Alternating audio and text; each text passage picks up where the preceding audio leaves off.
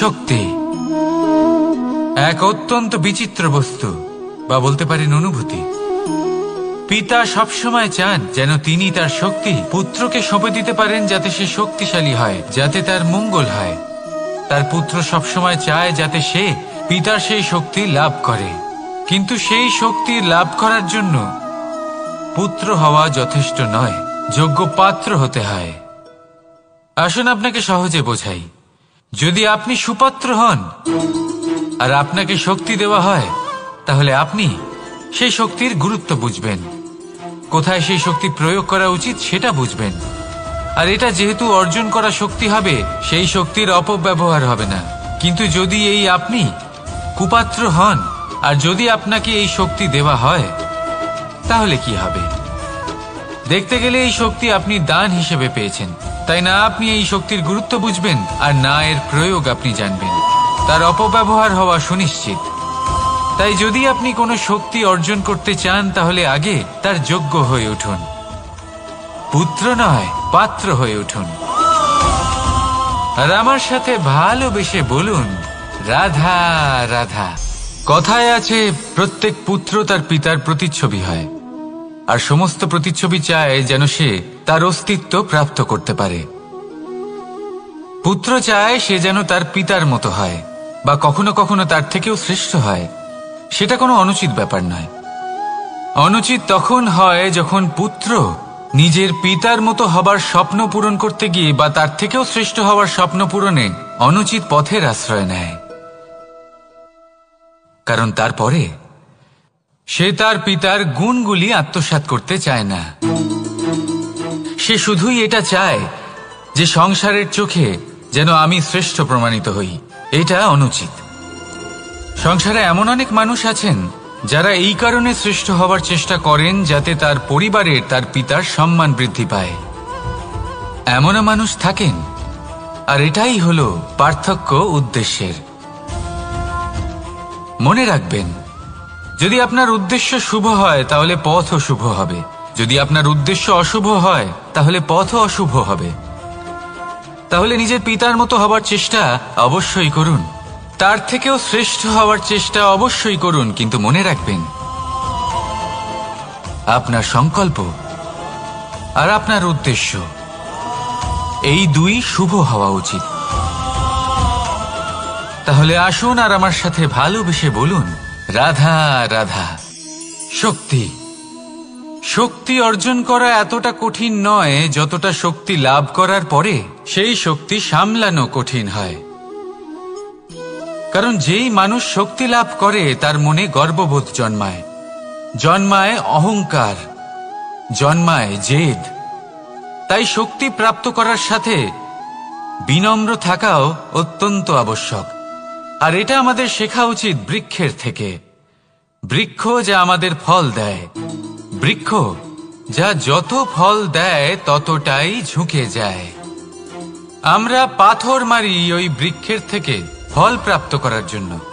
সেই পাথরের মার সহ্য করেও বৃক্ষ আমাদের ফল দেয়। কোনো গর্ববোধ নেই, কোনো অহংকার বোধ নেই, আর সেই জন্য এই বৃক্ষের পুজো করা হয়। এটাই হলো মাহাত্ম্য শক্তির সাথে বিনম্রতার। যদি এই শক্তি সৃজন করে থাকে, সাহায্য করে থাকে, সম্বল হয়ে থাকে, তবেই সেই শক্তি উপযুক্ত। আর নয়তো সেই শক্তি একদিন আপনাকে আসক্ত অবশ্যই করবে। তাহলে শক্তি অবশ্যই অর্জন করুন, কিন্তু তার সাথে সেই শক্তি সামলানোর মতো বিবেকও আপনাকে অবশ্যই জাগ্রত করতে হবে। তাহলে আসুন আমার সাথে ভালোবেসে বলুন, রাধা রাধা। অহংকার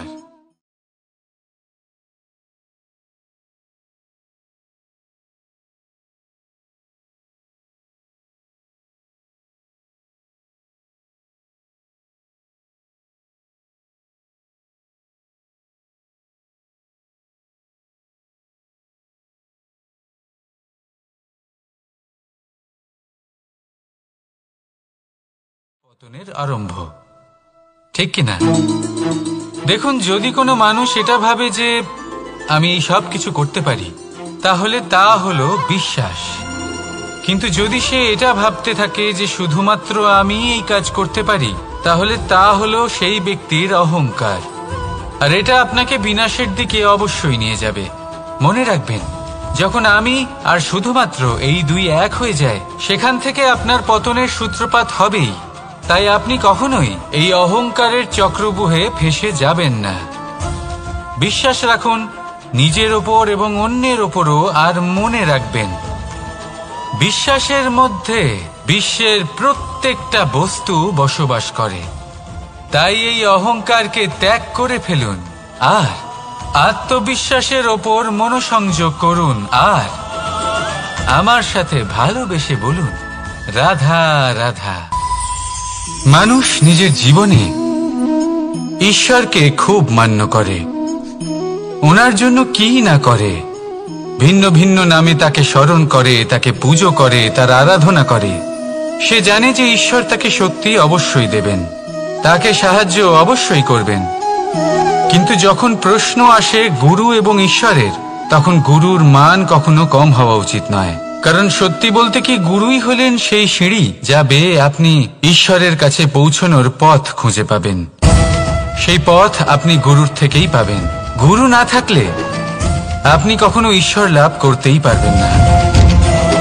আর জীবনে অনেক সময় লক্ষ্যের থেকেও অনেক বেশি গুরুত্বপূর্ণ হলো পথ।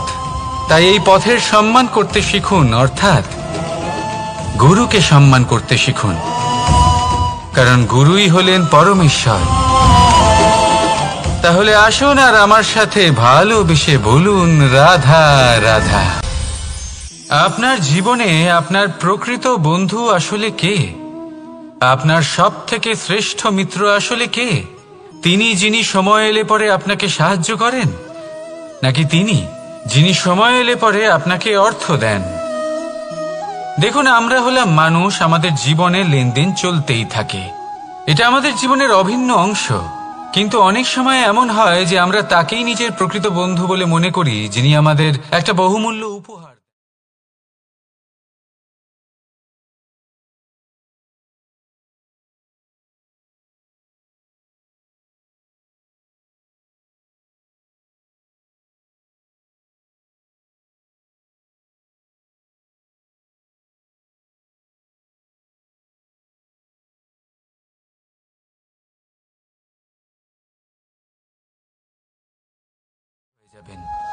সময় যখন আপনার তাকে প্রয়োজন হবে, সমর্পণ যখন আপনার বিশ্বাসের প্রয়োজন পড়বে।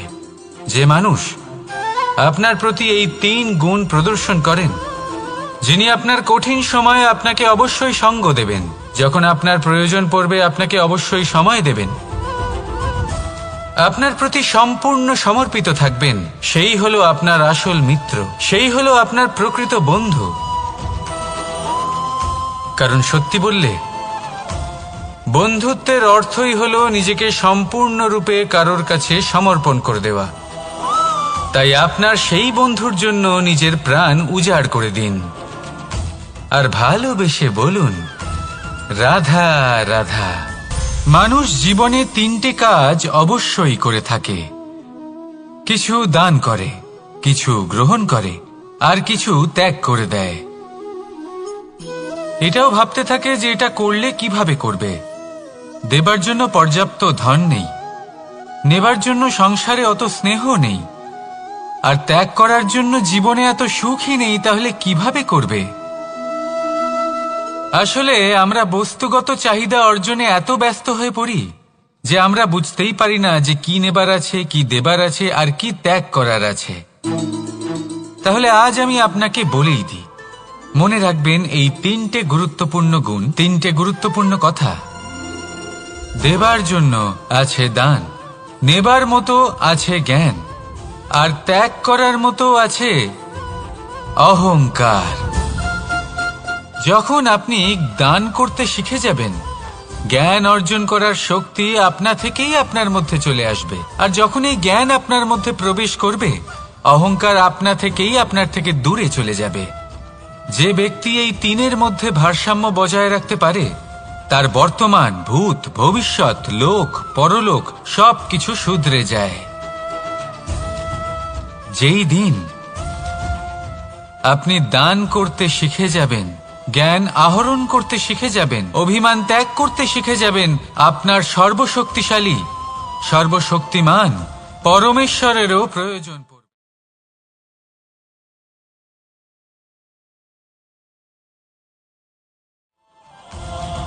তাহলে আসুন আর আমার সাথে ভালোবেসে বলুন, রাধা রাধা। জীবনে অনেক সময় সমস্যা আমাদের চারদিক থেকে ঘিরে ফেলে। এই সমস্যা নানান ধরনের হতে পারে। আর্থিক সমস্যা হতে পারে, পারিবারিক সমস্যা হতে পারে, কোনো সম্পর্ক নিয়ে সমস্যা হতে পারে, কখনো কোনো দৈনিক সমস্যা হতে পারে, কখনো কোনো দ্বন্দ্ব হতে পারে, অনেক সমস্যা হতে পারে। কিন্তু যখনই কোনো সমস্যা আসে, আমাদের মনে তার জন্য একটা উত্তর অবশ্যই থেকে থাকে, যা আমাদের অন্তরে রয়েছে। একে আমরা বলি আত্মা। আত্মা হলো পরমাত্মারই রূপ, আর পরমাত্মা তা কখনোই কিছু অনুচিত চাইবে না, তাই তো? এই আত্মা খুব ভালো করে জানে যে কোনটা উচিত আর কোনটা অনুচিত। যদি আসল বিষয়ের কথা বলি, তাহলে আপনাকে নিজের মনকে বুঝতে হবে, কারণ আত্মা তো পরমাত্মা থেকেই আসে। কিন্তু এই মন মানুষ জন্ম থেকেই প্রাপ্ত করে, যার বিকাশ হয় এই সংসারকে দেখে। যেদিন আপনার এই মন আর আপনার এই আত্মা এই দুই এক হয়ে যাবে, আত্মসাৎ হয়ে যাবে, সেদিন আপনার জীবনে না কোনো সমস্যা থাকবে, না কোনো ঝঞ্ঝাট থাকবে, না কোনো সংকট থাকবে, কারণ আপনার কাছে সেই সমস্ত সমস্যার সমস্ত বিপদের সমাধান থাকবে, আর তাও আপনারই অন্তরে। তাহলে আসুন আর আমার সাথে ভালোবেসে বলুন, রাধা রাধা।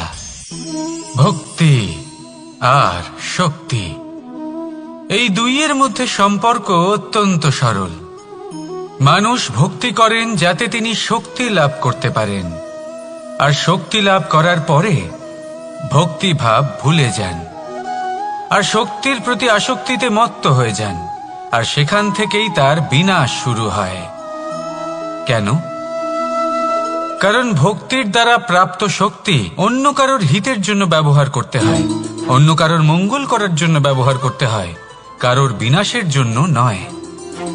এবার যদি আমি আপনাদের একটা উদাহরণ দিয়ে বোঝাই, তাহলে কোদাল দিয়ে আমরা মাটি কোপাতে পারি, একটা গর্ত খুঁড়তে পারি, যাতে একটা নতুন বৃক্ষ জন্ম নিতে পারে, একটা বৃক্ষ যা অন্য জীবকে ফল প্রদান করবে, যাত্রীদের ছায়া প্রদান করবে। কিন্তু এই কোদালের ব্যবহার যদি আমরা অন্য কারোর ক্ষতি করার জন্য করি, তাহলে ক্ষতি শুধুমাত্র আমাদেরই হবে। তাই জীবনে যদি আপনি কোনো শক্তি লাভ করেন, হয়তো ভক্তির দ্বারা বা অন্য যেখান থেকেই হোক, তার সদ্ব্যবহার করতে শিখুন, নয়তো এই প্রাপ্ত শক্তি আপনার পতনের কারণ হয়ে দাঁড়াবে। তাহলে আসুন আমার সাথে ভালোবেসে বলুন, রাধা রাধা। বরদান অত্যন্ত বিচিত্র এক বিষয়, কিন্তু দেখতে গেলে এই বরদান কি না করতে পারে। এক দরিদ্রকে রাজা বানিয়ে দিতে পারে, একজন দুর্বলকে এই সংসারের সব থেকে শক্তিশালী ব্যক্তি বানিয়ে দিতে পারে। কিন্তু আমরা ভুলে যাই এক অত্যন্ত গুরুত্বপূর্ণ কথা, বরদান এই শব্দের শেষে দান লুকিয়ে রয়েছে। এই দান কথাটা অত্যন্ত গুরুত্বপূর্ণ। আমাদের মনে রাখা উচিত এই বরদান আমরা দানে পেয়েছি, আর তাই তার সম্মান করা উচিত, কখনোই অহংকার করা নয়। আর যে ব্যক্তি বরদান পেয়ে অহংকার করেন, তার যা ক্ষতি হয় তা হলো এই বরদান তার থেকে কেড়ে নেওয়া হয়। বর অর্থাৎ শ্রেষ্ঠ, অর্থাৎ বরদানের অর্থ হলো একটা শ্রেষ্ঠ দান, এবং তার ব্যবহার যদি আপনি কারোর ক্ষতি করার জন্য করেন, তাহলে ক্ষতি শুধুই আপনার হবে। তাহলে এই বরদানের সম্মান করুন, উচিত পথে চলুন, আর উচিত উদ্দেশ্য নিয়ে এর ব্যবহার করুন, সব কিছু ভালোই হবে।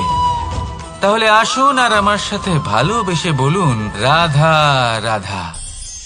পিতা আর পুত্রের সম্পর্ক অত্যন্ত মধুর হয়ে থাকে। পিতা স্বপ্ন দেখেন তাকে পূর্ণ করার সকল সম্ভাব্য চেষ্টা করেন, কিন্তু তাও অনেক সময় ওনার স্বপ্ন অপূর্ণ থেকে যায়। তখন পিতা ভাবেন যে স্বপ্ন উনি পূর্ণ করতে পারেননি, ওনার সন্তান তা অবশ্যই পূরণ করবে। যে স্থানে উনি কখনো পৌঁছতে পারেননি, সেই স্থানে ওনার পুত্র অবশ্যই পৌঁছবে। পিতা নিজের সন্তানের ভবিষ্যৎ নিয়ে সেই স্বপ্ন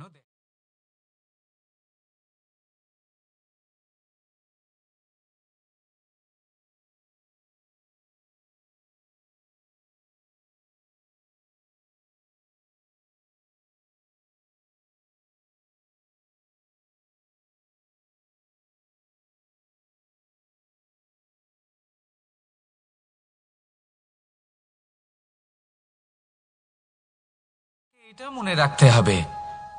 দেখুন, পুত্র হবার সুবাদে, এক সন্তান হবার সুবাদে এটা হলো আপনার অধিকার যে আপনি আপনার পিতার থেকে বেশি উন্নতি করবেন।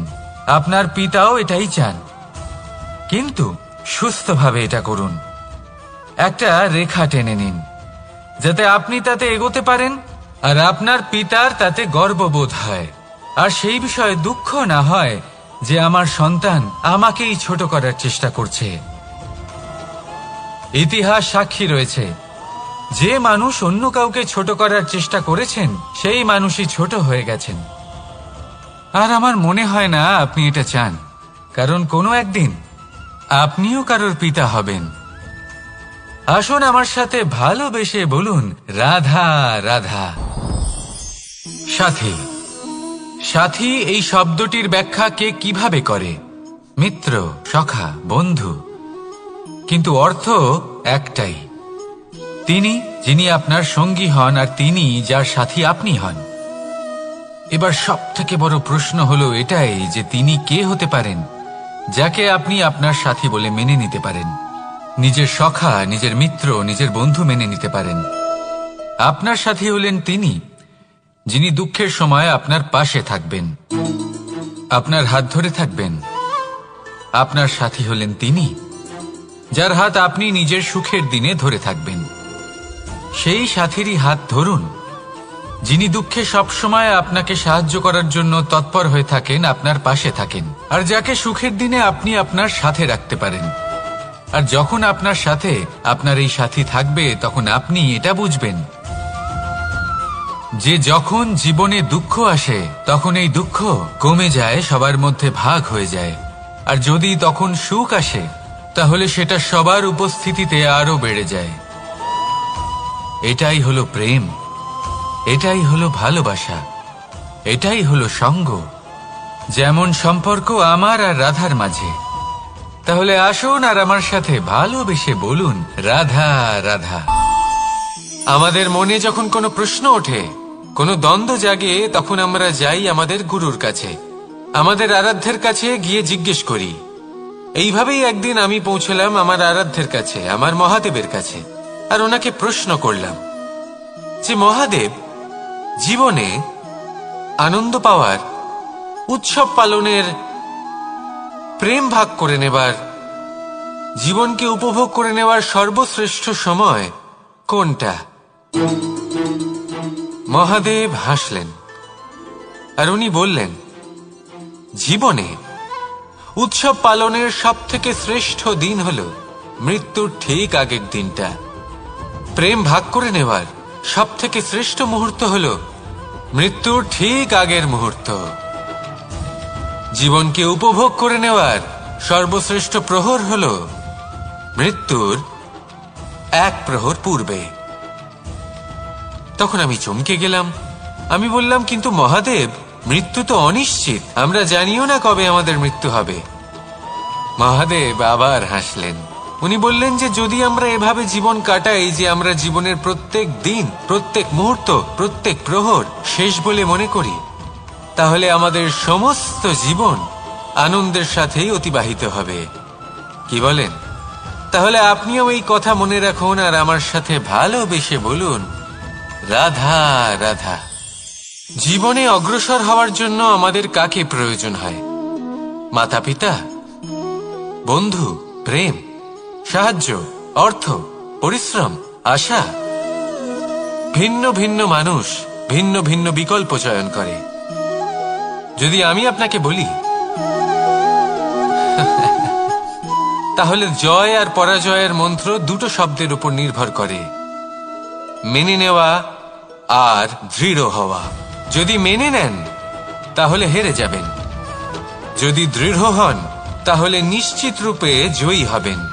যদি কখনো আপনি ক্লান্ত হয়ে ওঠেন, আপনি দুঃখী হন, পুরোপুরি ভেঙে পড়েছেন, তখন মেনে নেবেন না যে আপনি ভেঙে পড়েছেন, নয়তো হেরে যাবেন।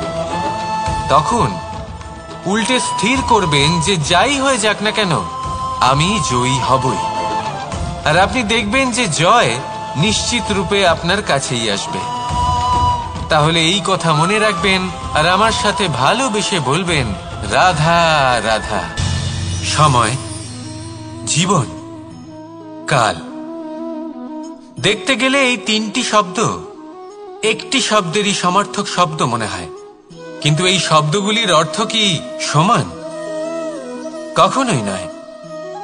হ্যাঁ, এই সময় চলতে থাকে, জীবন চলতে থাকে, কালচক্র চলতে থাকে। এই সময় কেটে যায়, কিন্তু এই জীবন একে যাপন করতে হয়। কি বলেন? এই জীবনে কিছু করুন বা কিছু না করুন, জীবন এমনি কেটে যাবে, আপনি জানতেও পারবেন না। কিন্তু সেটা আমাদের উদ্দেশ্য নয়, একে যাপন করতে হবে। এই জীবনে প্রেরণা পেতে শিখুন, প্রেরণা দিতে শিখুন, আহ্বান গ্রহণ করতে শিখুন, আহ্বান জানাতে শিখুন, মহান কাজ করতে শিখুন, ধন্যাত্মক বোধ জাগিয়ে তুলুন। জীবন অতিবাহিত করার অর্থ কি তা আপনি শিখে যাবেন। কারণ সময় কেটে যায়, সমস্ত যুগ কেটে যায়, কিন্তু জীবনের রীতি জীবন কাটিয়ে দেওয়া নয়, জীবন যাপন করা। এই জীবন সম্পূর্ণরূপে অনুভব করতে হবে, নতুন পথ বানাতে হবে। এবারে যদি এই জীবন বাঁচার সময় একবার ভেবে দেখুন, যদি মনে প্রেম থাকে, সদ্ভাবনা থাকে, তাহলে কি হবে? এই জীবনকে বাঁচার অনুভূতিটাই অন্যরকম হয়ে যাবে, একটা আনন্দময় অনুভূতি লাভ করবেন। তাহলে এটাই করুন আর আমার সাথে ভালোবেসে বলুন, রাধা রাধা। আপনি কি কখনো কোনো জলের ধারা দেখেছেন? তার সামনে যতই মাটি থাকুক না কেন, যতই কাদা থাকুক না কেন, যখন এই জলের ধারা বইতে আরম্ভ করে দেয়, তখন এই কাদাকে নিজেই ধুয়ে নিয়ে যায়। ওই কাদাকে ধুয়ে দেয় এবং নিজের পথ নিজেই তৈরি করে নেয়। তাহলে আপনিও এরকম জলের মতো হয়ে উঠুন।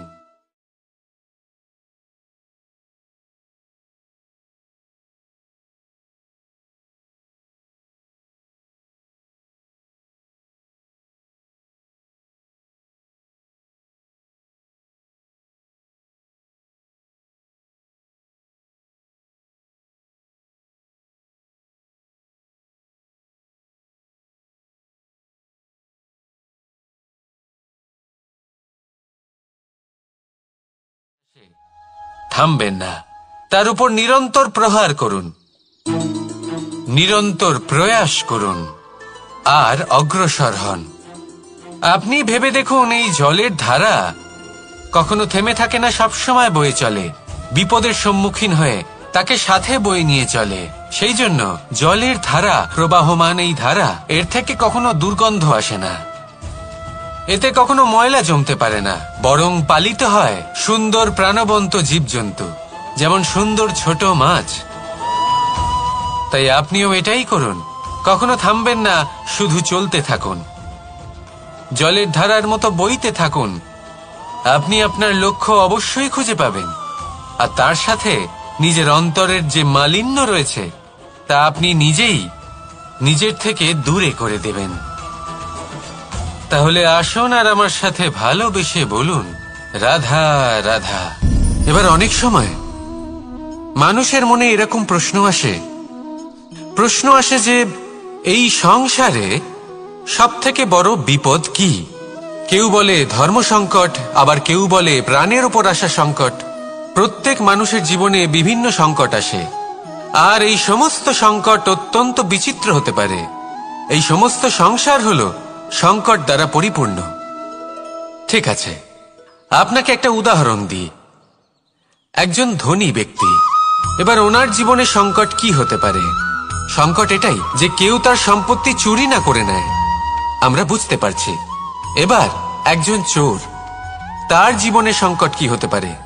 যে চুরি করার সময় সে যদি তার একটা কাশি চাপতে না পারে, তাহলে সে ধরা পড়ে যেতে পারে, ঠিক কিনা? আবার অনেক সময় এমনও হয় যে যার জন্য আমি সংকট, সেও আমার কাছে সংকট। যেমন এই পরিস্থিতিতে দেখুন, সংকট হলো সংকট, এ তো জীবনে থাকবে, কিন্তু এর সম্মুখীন কিভাবে হওয়া যায়? খুব সরল, সব এটার ওপর নির্ভর করে, মনের ওপর।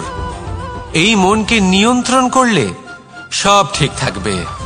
এবার যদি ধনী ব্যক্তি মনকে নিয়ন্ত্রণ করে ফেলেন, নিজের অর্থের ব্যবহার শুভ কাজের জন্য, সমাজের সেবার জন্য বিকাশ করতে করেন, ওই অর্থকে একত্রিত করে না রাখেন, তাহলে চুরির সমস্যা, এই সংকট সেখানেই কেটে যাবে। এবার যদি কথা বলি সেই চোরের, তাহলে চোর যদি নিজের মনকে সংযত করে নেয়, যদি নিজের কর্মকে নিয়ন্ত্রণ করতে পারে, তাহলে এমন কোনো স্বর নেই।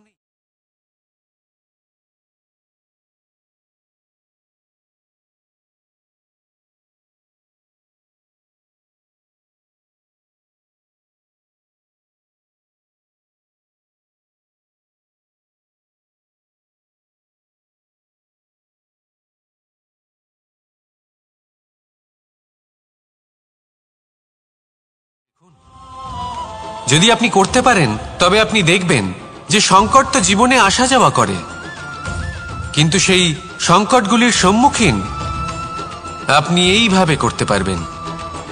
তাহলে সেটাই করুন, আর আমার সাথে ভালোবেসে বলুন, রাধা রাধা। এই দড়িটা দেখুন,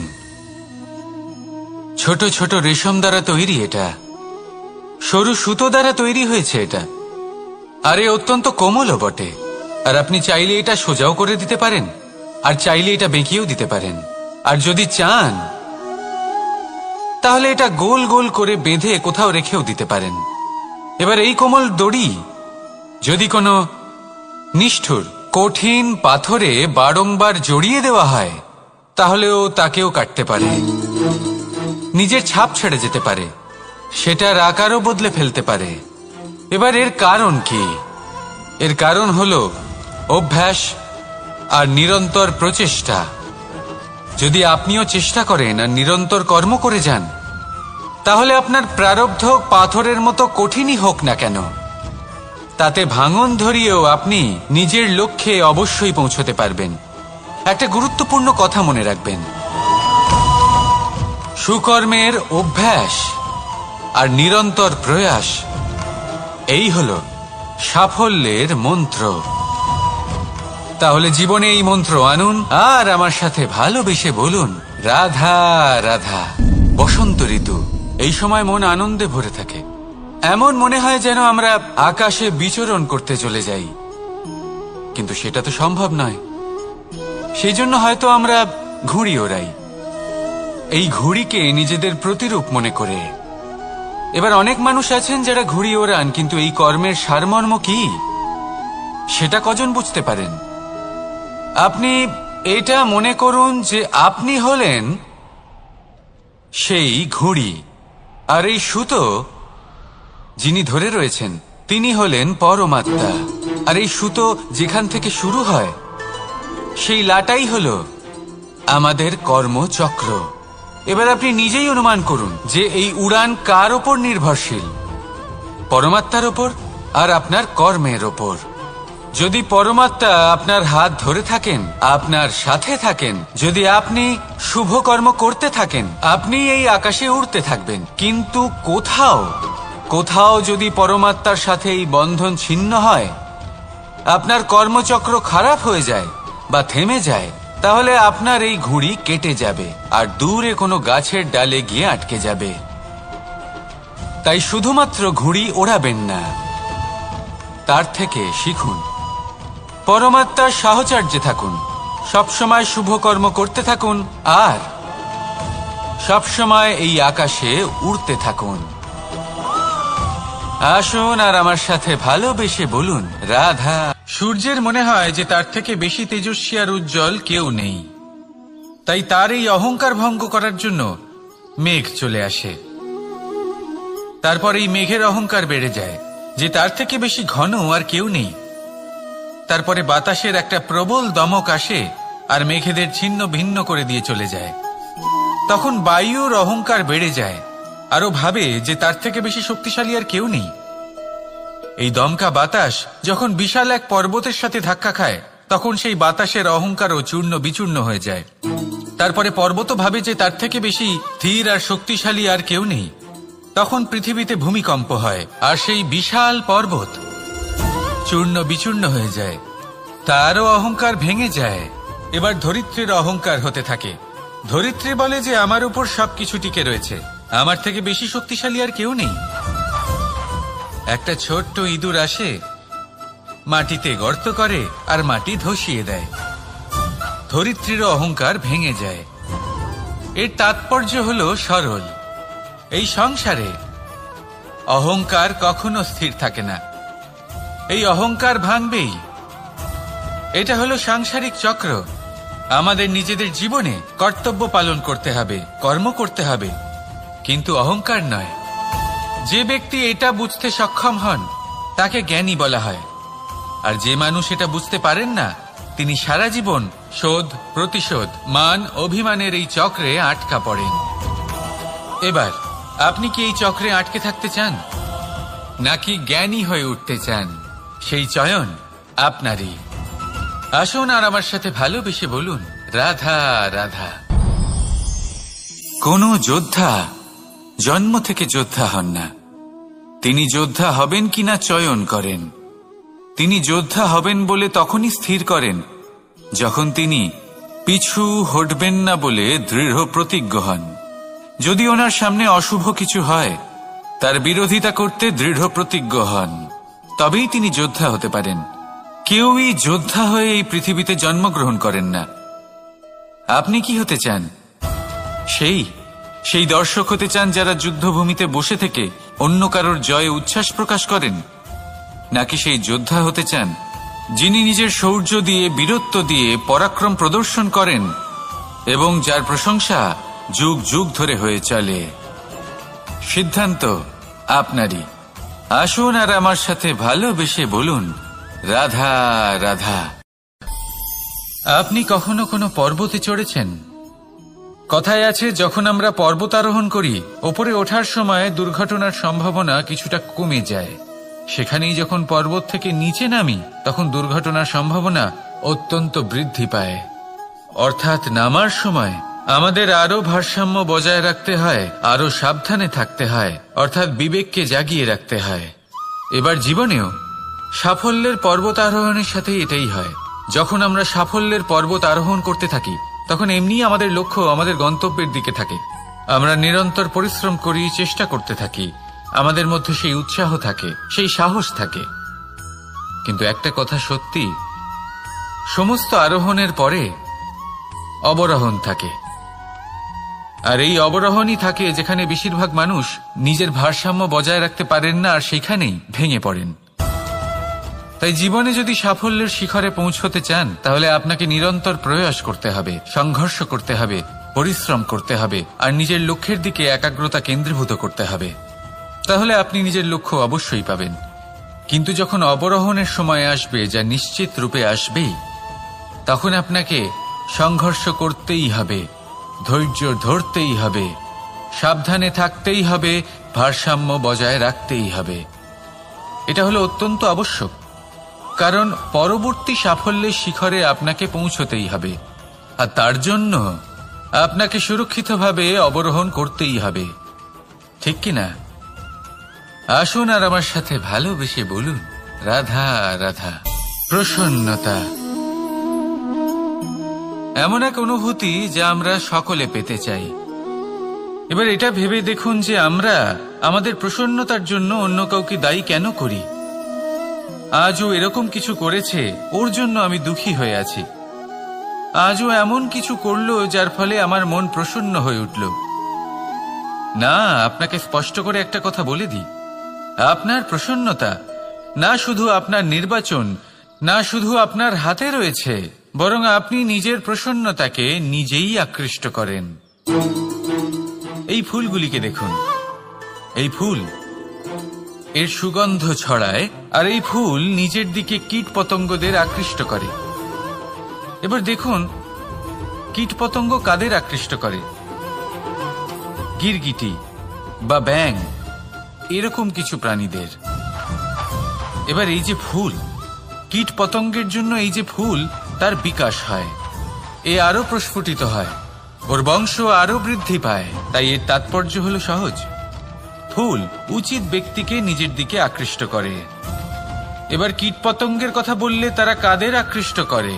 তাদেরই যারা তাদেরই শিকার করবে, খাদ্যরূপে গ্রহণ করবে। এবার কাকে আপনি নিজের দিকে আকৃষ্ট করতে চান তার নির্বাচন আপনারই। আপনি কি প্রসন্নতাকে নিজের দিকে আকৃষ্ট করতে চান নাকি অপ্রসন্নতাকে করতে চান তার নির্বাচন আপনারই। আপনি জীবনে যা কিছু পাবেন, সুখ দুঃখ, আশা নিরাশা, প্রসন্নতা অপ্রসন্নতা, সবই হলো আপনারই নির্বাচনের পরিণাম। তাহলে সঠিক নির্বাচন করুন আর আমার সাথে ভালোবেসে বলুন, রাধা রাধা। ঘূর্ণিঝড়, যখন এই ঘূর্ণিঝড় আসে তখন প্রচন্ড বেগে হাওয়া বয়ে চলে। সেই সময় এমন কিছু বৃক্ষ আছে যা কঠিন হয়ে দৃঢ় হয়ে দাঁড়িয়ে থাকে। সেই গাছ যা 10 বছর ধরে বা সহস্র বছর ধরে দাঁড়িয়ে থাকে, তাদেরকে আপনি খুব সহজে নাড়াতে পারবেন না। কিন্তু ঘূর্ণিঝড়, এর প্রভাব এতটাই তীব্র হয়, এর হাওয়াতে এতটাই প্রবল শক্তি থাকে যে এই বৃক্ষগুলিকে উচ্ছেদ করে, সেই বৃক্ষ নষ্ট হয়ে যায়। এবার এমন কিছু বৃক্ষ থাকে যাদের কাণ্ড নমনীয় হয়, খুবই নরম হয়। সেই জন্য যখন জোরে বাতাস বয়, কোনো ঘূর্ণিঝড় আসে, তখন এই বৃক্ষগুলি ঝুঁকে যায়। আর যখন এই ঘূর্ণিঝড় চলে যায়, শান্ত হয়ে যায়, তখন ওরা আবার দাঁড়িয়ে পড়ে। এবার এটাকে আপনি কি বলবেন, কি বুঝবেন আপনি? সুযোগ সন্ধানী? না, বরং এটাই হলো প্রকৃত আদর্শ। যখন আপনার সামনে এমন কেউ থাকেন যিনি আপনার থেকে অনেক শক্তিশালী, তখন তাকে সম্মান করা আপনাকে শিখতেই হবে। তাই মনে রাখবেন, এই সংসারে যখনই দুই শক্তির একে অপরের সাথে সংঘর্ষ হয়, শুধুই বিনাশ হয়। কিন্তু যখন শক্তির সাথে আসক্তি মিলিত হয়, সেখানে সুরক্ষা থাকে, সেখানেই কিছু নির্মাণ হয়। তাই আসুন আর আমার সাথে ভালোবেসে বলুন, রাধা রাধা। জীবনে লক্ষ্য লাভ কি করে করতে হয়? কেউ বলবে বন্ধুদের সাহায্যে, কেউ বলবে প্রেমের সাহায্যে, কেউ বলবে নিরন্তর চেষ্টা করলে, কেউ বলবেন পরিশ্রম করলে, কেউ বলবেন ঈশ্বরের আশীর্বাদে, ইত্যাদি ইত্যাদি। আমি আপনাকে বুঝিয়ে বলি, এই যেমন ত্রিলোক আছে, অর্থাৎ 3 লোক আছে, যাকে সঞ্চালন করে ত্রিদেব বা 3 জন দেবতা, সেইভাবে নিজের লক্ষ্যে পৌঁছানোর জন্য 3টি ভাবের প্রয়োজন পড়ে। প্রথম ভাব হলো স্বপ্ন দেখা। আপনি যদি স্বপ্ন দেখতে শুরু না করেন, তাহলে সেখানে পৌঁছতেই পারবেন না। তারপর আপনাকে দৃঢ় সংকল্প নিয়ে সেই পথ যেমনই হোক তাতে চলতে হবে। এ হলো দ্বিতীয় ভাব, দৃঢ় সংকল্প। আর তৃতীয় ভাব হলো সেই লক্ষ্যের যাত্রা পূর্ণ করার জন্য প্রতিবদ্ধ হওয়া। তাই যদি আপনি স্বপ্ন দেখতে পারেন, দৃঢ় সংকল্প দ্বারা পথ যতই কঠিন হোক না কেন তাতে চলতে পারেন, আর সেই লক্ষ্য লাভের যাত্রা পূর্ণ করার জন্য প্রতিবদ্ধ হতে পারেন, তাহলে আপনি নিশ্চিত রূপে আপনার লক্ষ্য লাভ করতে পারবেন। তাই আপনি এটাই করুন আর আমার সাথে ভালোবেসে বলুন, রাধা রাধা। কথায় আছে যে জীবনে কিছু শুরু করার আগে স্বপ্ন দেখা অত্যন্ত গুরুত্বপূর্ণ, আর এটা 100% সত্যিও। কিন্তু কিছু মানুষ স্বপ্ন দেখা শুরু না হয় করে দেন, কিন্তু তারপর থামেনি না। স্বপ্ন দেখতেই থাকেন, তারা ভাবতেই থাকেন, কর্ম করেন না। এমন সময় আপনাকে নিজেকে জাগিয়ে তুলতে হবে, নিজেকে বলতে হবে যে এবার উঠে কর্ম করার সময় এসে গেছে।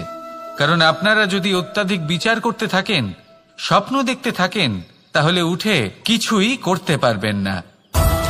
আপনি শুধু একটা কাজ করুন, উঠে কর্ম করা আরম্ভ করে দিন। তারপর ভেবেচিন্তে ধীরে ধীরে নিজের কর্মকে দিশাও দিন আর তাকে উচিত গতিও দিন, কারণ এটাই হলো সাফল্যের মূল মন্ত্র। না শুধু কর্ম করুন না ভাবনা চিন্তা করে, আর না শুধু ভাবুন কর্ম না করে। সাফল্যের মূল মন্ত্র হলো এর ভারসাম্যে। তাহলে এটাই করুন, সাফল্যকে লাভ করুন, আর আমার সাথে ভালোবেসে বলুন রাধা রাধা।